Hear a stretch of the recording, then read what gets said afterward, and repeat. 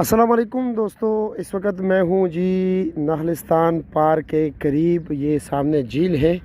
झील दिखाने का मकसद था जनाब आपको बे के पौधे दिखाना, यानी कि जिसे बे कहते हैं उर्दू में, पश्तो में हम बरसंडे कहते हैं। शरसद्दे में उसकी काफ़ी ज़्यादा पैदावार होती है। सिंध के लोग भी काफ़ी शौक़ से जो है ना खाते हैं, पसंद करते हैं जी। और ये एक झील बना हुआ है सरकारी ज़मीन पे। दरियाई सिंध का पानी जब ज़्यादा होता है, सैलाब आता है, तो यहीं पर ये जमा होता है ये पानी जी। और इस बे का भी जो है ना टेका जो होता है, यानी इसको निकालना, ये जो मछलियों का टेका लेते हैं ना, तो उसी में ये भी आ जाता है जी। ये सामने बे, इसे हम बरसंडे कहते हैं जी।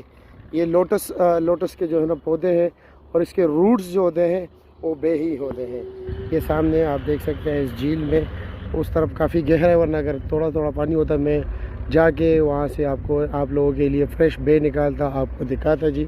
और सामने जितने भी पौधे नज़र आ रहे हैं ये सारे बे के पौधे हैं जी। और जो मछलियों का ठेका लेता है यहाँ पर साल का, तो उसी को ये भी मिल जाता है।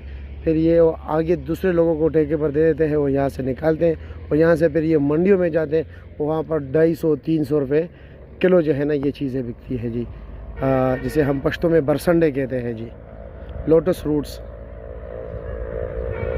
झील का मंजर भी काफ़ी ज़बरदस्त है। और ये नाहलिस्तान पार्क है सामने डेर इस्माइल खान का, और ये बिल्कुल बॉर्डर है पंजाब का और खैबर पख्तूनख्वा का। ये आगे पुल से जो है पंजाब का इलाका शुरू होता है, बक्कर का इलाका जी।